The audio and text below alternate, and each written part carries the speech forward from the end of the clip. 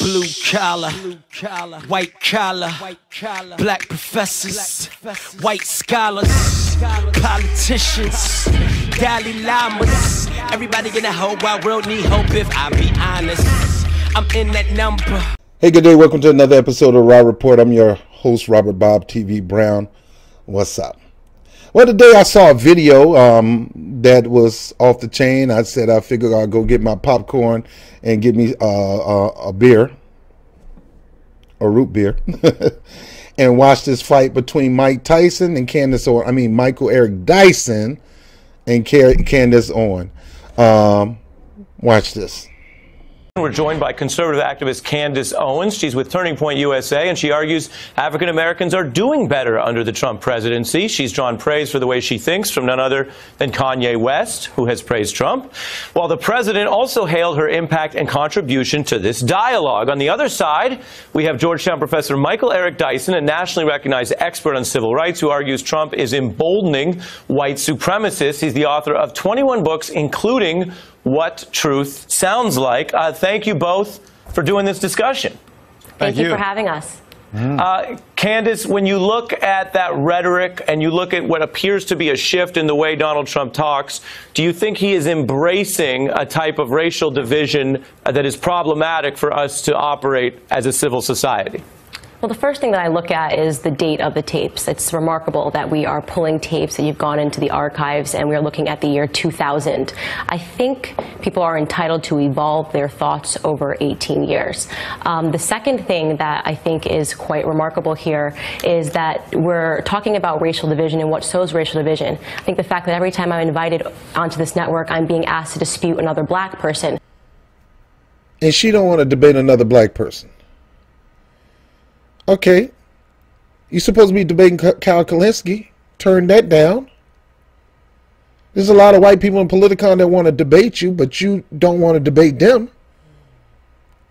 Come on, sister. The black community is broken up in general, and I don't want to partake in any of that. We're just ending a weekend where 71 black people were shot in Chicago, 13 of them killed, and we're not talking about that. Instead, we're talking about old tapes. We're going to talk about all that. You have a problem? No, we're not. I have a problem that we're doing wall-to-wall coverage on two with who you're tapes that appearing are on from, this. No, I don't have a problem Candace, with him. you have a problem with who you're appearing on this segment with? No, I'm actually respectfully saying to him that we should both decline tearing apart the black community for the sake of television. And because MSNBC always invites me on to do that, I am declining to do so when our community is mourning the 71 people that were shot over the weekend. We need to stop this warfare and come together and talk about things that matter. And what is going on in Chicago is a bigger topic and should be a bigger topic on this network than what Trump said 18 years ago, whether or not it means that people change over 18 years, which, shocker guys, they do. All right. 2000. My boys, the Central Park Five was exonerated. The person who confessed to the crime. They did the DNA test. He did it. They let these guys free. Trump still, in his racial rhetoric, did not apologize, didn't say I was wrong. He still thought these 5 black men should be put in jail. Wasn't recently when he talked about the Mexicans, some okay. All right, when you imply some are okay, or some are not bad, that means you believe majority of them might not be all that hot. And it's not what he say, it's what he, let me get back into it, it's your actions that speak louder than words.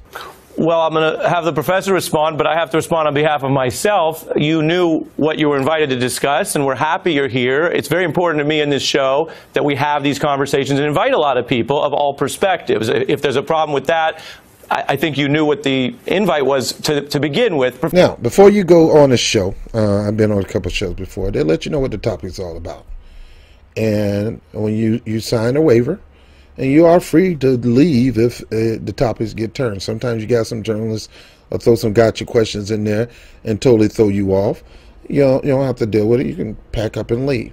But they want her to come back to MSNBC. I'm not a fan of MSNBC, not a fan of Fox. Most of the news I'm not a fan of because all of them lie. All of them lie. All right, let me get back to it. And the nerves of her, she's trying to make this, okay, all right, they got a black man to jump on me, a black female. We shouldn't be going against each other. We should come together in unity about what happened in Chicago. Now, I don't know if that actually happened. I'm going to have to look into it, and when I look into it, I'm going to do a report on it with these numbers of people who got killed in Chicago. 70-something people. That should have been national news if it was really true. All right, let me get back into it. Professor Dyson, your thoughts?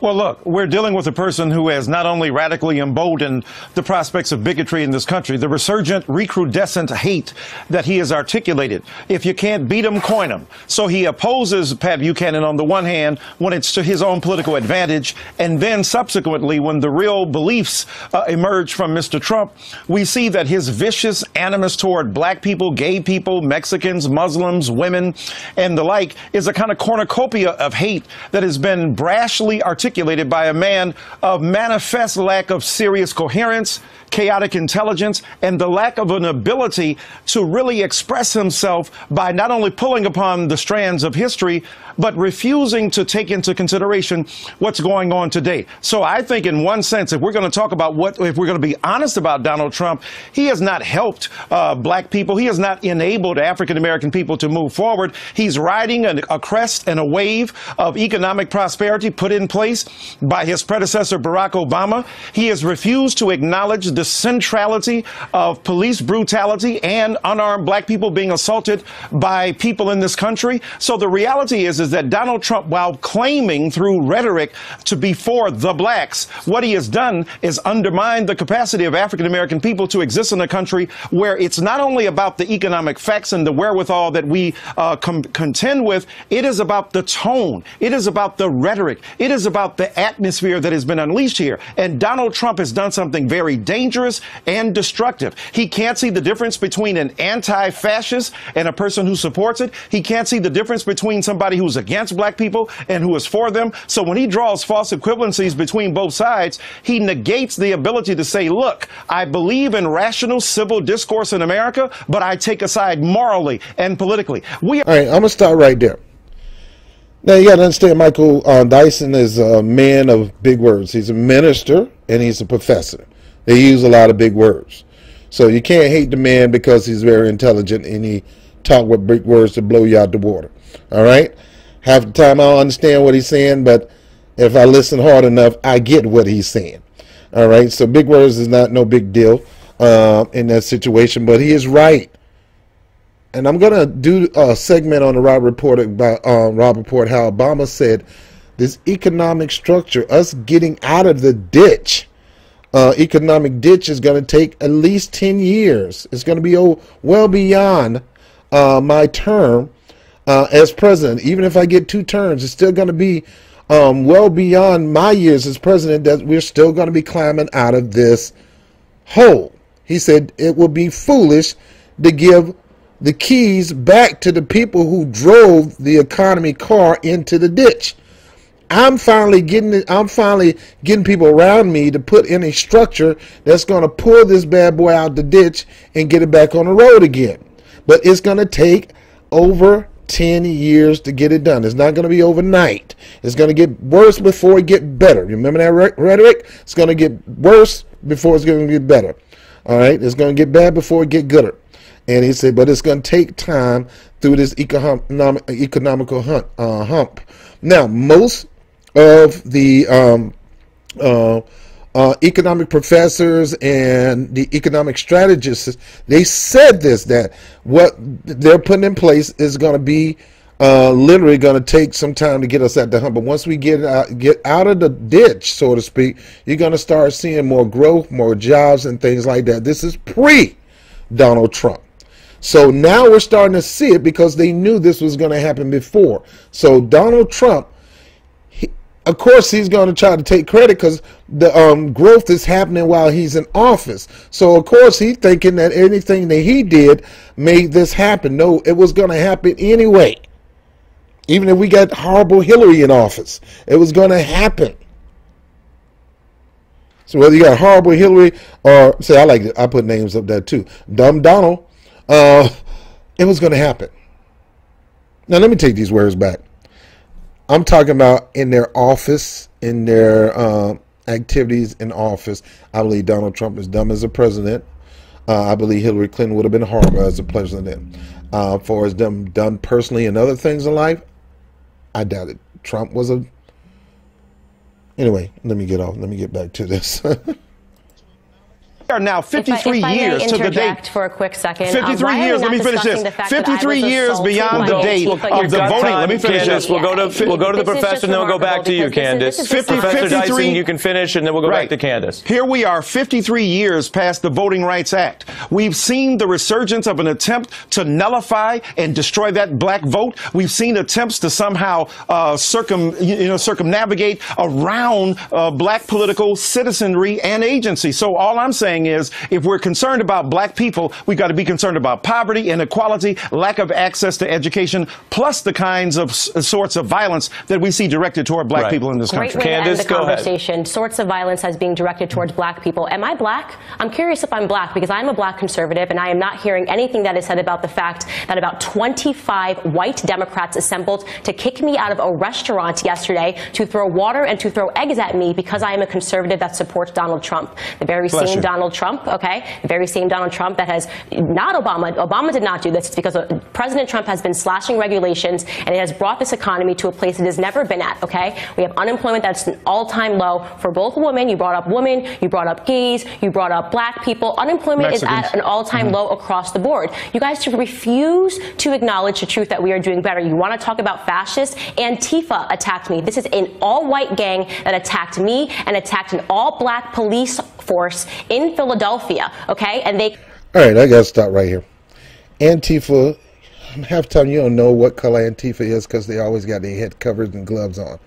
There are blacks in Antifa, there's white, there's all type of people in Antifa. Claim to be fighting racism. How is it plausible, Professor, that you allow this to happen to your community because you decided that because we are ideologically conservatives, you are okay with this? You're okay with the resurgence of the Democrats? She's going many different places, and he's talking about Trump, and she's talking about things that she went through. I understand that. I mean, nobody should be attacking her. If you're attacking Candace Owens because of her support for Trump, you're wrong.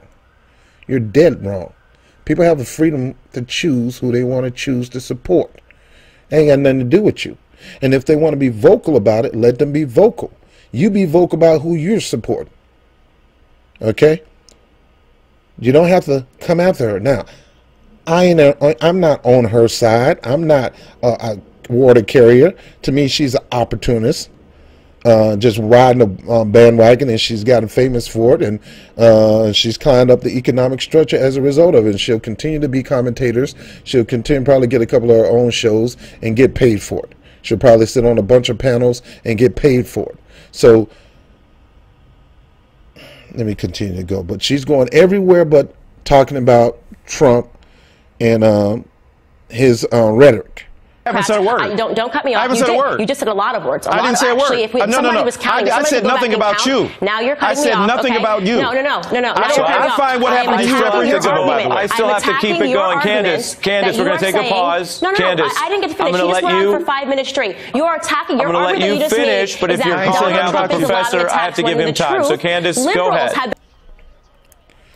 Now she's attacking him for something that happened to her and trying to say... Let me go back. Been attacking conservatives, and you guys say nothing about it. Blacks were attacked yesterday, okay? And they were attacked because they support Donald Trump.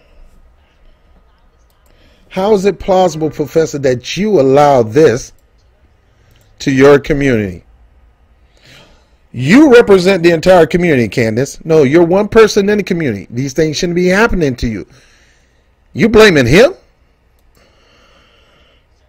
Because you got a difference, you're blaming him? See, she's speaking for him. It's one thing I can't stand. There's a woman trying to tell me how I think and how I feel, or anybody. God forbid I ever tell you how you think. I don't know you. I'm not in your mind. I don't know how you think, and I don't know what's in your heart. You have to share that with me for me to actually believe it. Because sometimes when you talk a lot of stuff, I'm just, oh, you just a BS man. Go ahead with that stuff. But for you to tell me what I'm doing, the nerves of you. And look, family, I've been married twice. Man, this one thing that irks me about my wives, man. How you going to tell me what I'm thinking? How you going to tell me what I'm saying? Stop. Black support for Donald Trump has doubled since this time last year. All right. Again, he haven't said nothing about her. And he should go on black support of Trump has doubled. Well, black support of Trump was not all that high anyway. Heck, if you jump up to about 3-4 more %, it's still not a lot of black people supporting Trump. Majority of blacks do not support Trump. Let's get this straight. The majority of the blacks do not support Trump. Now, why do they not support Trump? Is it because how the media portrayed him? No, it's a history of Trump and his actions. I'm in New York. He has a history. Him and his family has a history of crapping on minorities. That's why Trump would never win an election. Trump, if he would have ran for office, he never ran for office in New York City because he would have never won in the state of New York for a dog, not even for dog catcher. Mayor, none of that, because everybody knows the legacy of the Trumps, that this image of Trump, the successful businessman, is only outside the state of New York. In New York, everybody see the con artist, a gangster-loving, mob-loving Trump organization. You guys can try to pretend that he is pushing in a racist era in this country when, in fact, we know the Democrats are the racists, have always been the racists. The party's never switched, and you should know this as a civil rights person. You know the history. You know the people under the hood of the KKK. Let me respond. Were Candace, Democrats, and the party never switched. And Candace, I'm going to give the professor a chance to respond. You should defend what happened to me yesterday and defend our community being attacked because we support Donald Trump, because we understand that we have better economic opportunities under him than we ever had in Obama. And shame on you for fighting in Obama. Candace, I'm going to give the professor a chance to respond. Under his administration, he allowed the bloodshed, and Trump wanted to send the National Guard, and the Democrats stopped him. I'm really done with this. I'm done with this I don't want to have narrative. to talk over people, but we have to go back and forth. Let's talk about the facts. Candace? All right, now I'm going to stop her right there, too, because both parties have a history of being racist, and they continue to have a history of racism. Now, I'm not going to go into detail the things that the Democratic Party has done that were bona fide racist, might not be out flat racist, but they're racist action, racist policies that has been instituted under the Democratic Party and racist policies under the Republican Party, and continue to do that, but she don't want to talk about that. That's why I don't take sides. I talk about both parties. She's a water carrier for the Republican Party, and it has made her famous. Eric Dyson has been a water carrier for the Democratic Party, but Eric Dyson, outside of that, actually goes in the community and fight for the civil rights of people, nonpartisan. What have you done, Candace Owens? We're going to have to take a pause there. Couple things. You're making a personal attack on the other guests, so I have to give them a chance to respond. Let me respond. First of all, I also never have to said... say, and Professor, I'm going to go back to you. I also have to say the topic of this discussion that we have tried and perhaps are failing on live television to discuss is Trump policy. The incident that you're referring to yesterday is not necessarily this topic. It's a Democrat policy. And so we'd have to gather more information. Go up to them. It's so I'm a going to go to the Democrat professor. Professor, you get a chance to respond, sir. First of all, I never said anything about Ms. Owens. I never directed any animus, any particular rhetoric, any conversation toward her. So first of all, when she say you allowed it, first of all, I'm not God. I don't control the universe or weather. I don't control the atmosphere, geology, or geography. So I did not point these people toward you. I think it's reprehensible that any human being is, if you will, put out of a particular establishment because of her ideology. I think that that's problematic. So I did not suggest that. Number two, yeah, you are black and I am black. But that doesn't mean that automatically we agree with everything. Of course not. We should Let me respect finish. one another. Now, what I'm saying to you is that when you talk about me as disrespectful, here's what's interesting to me. You have come on here and, like Donald Trump, reduce everything to narcissistic self-preoccupation and articulation of your. Let me finish. What you're saying here. So now, what happens to Black America happens to you. So Black people are reduced to what? Can you, Ari? Can I finish my point? I didn't jump on her. Can I finish my point? Can I finish my point?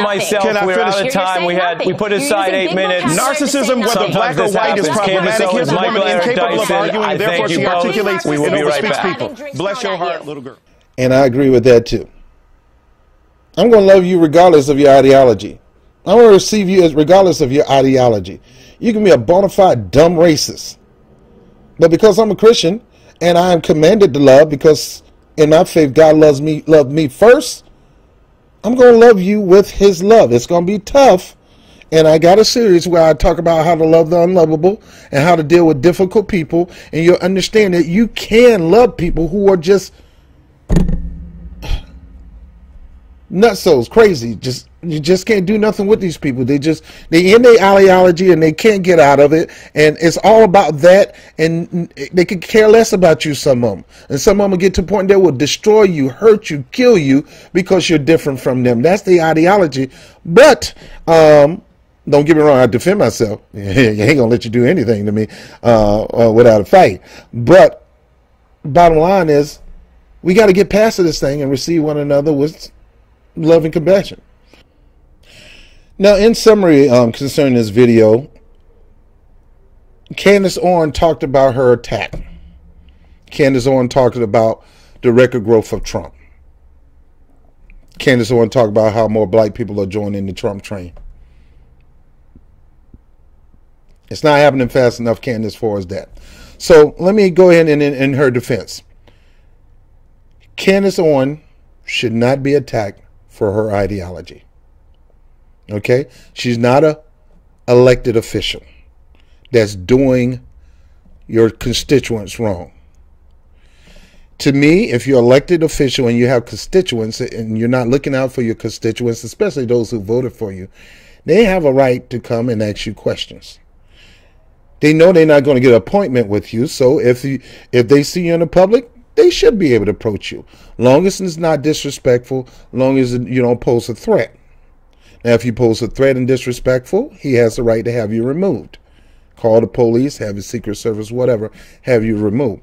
But as long as long as you're being respectful, he should be able to hear what you have to say because you put his butt in office or her butt in office, and you voted for her. Case in point, Mayor de Blasio in the gym and the homeless lady went and talked to him about the homeless crisis in New York City. You have a right to. But you're not an elected official. You are a famous official now. You jumped on that Trump train as a black Republican, and there are not that many, despite what you're saying, there are not that many black Trump Republicans. There are a lot of black Republicans. That don't mean they support Trump.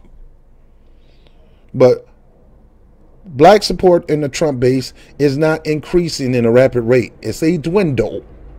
It's a dwindle. So double? How you going to double what? 10%? I think 13% of black people voted for Trump. All right, it's 23%. It's still way below. It's not even halfway at a halfway point. It's not even halfway of a halfway point. All right? So, or barely halfway of a halfway point. So your discussion on that it has no validity to it. It's no big deal. Okay, it's not a shocker. It's not a movement going on. It's not a black wave movement going on to the Trump train. It's just not happening. Second, the Obama thing. Oh, the economy is doing great, better than ever before. That's because you're riding off Obama. I know you don't want to mention Obama, and I give Obama his props in certain areas like the economy, and I think he could have went a little further. I don't like him on his foreign policy and the drone and things like that. I have my problem with him too, but Obama made that structure, took time to get with the economic professionals and did what they need to do to get us out of that ditch that was driven by George Bush. And now he got on the road. He said this is going to take at least 10 years, after I'm well gone. And the economists agree with that. So the structure, the profits and the growth of our economy, and there's a huge bubble there. Don't get too proud. But the growth that's going on right now is as a result of Obama laying the foundation. I know you don't like it. I know you want to dispute it, but it's just that. Trump plan is not doing that. The terrorists not doing that.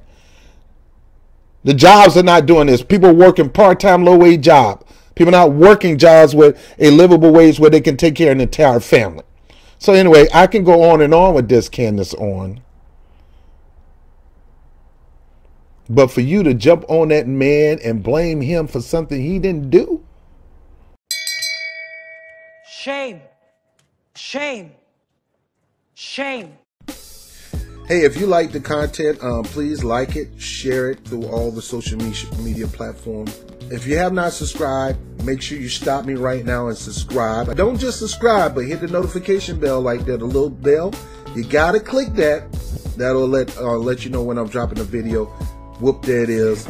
And by all means, if you want to support through Patreon, I appreciate people who appreciate the program and want to donate to the cause Bob TV. And I'm Robert Brown with the Rob Report. Peace.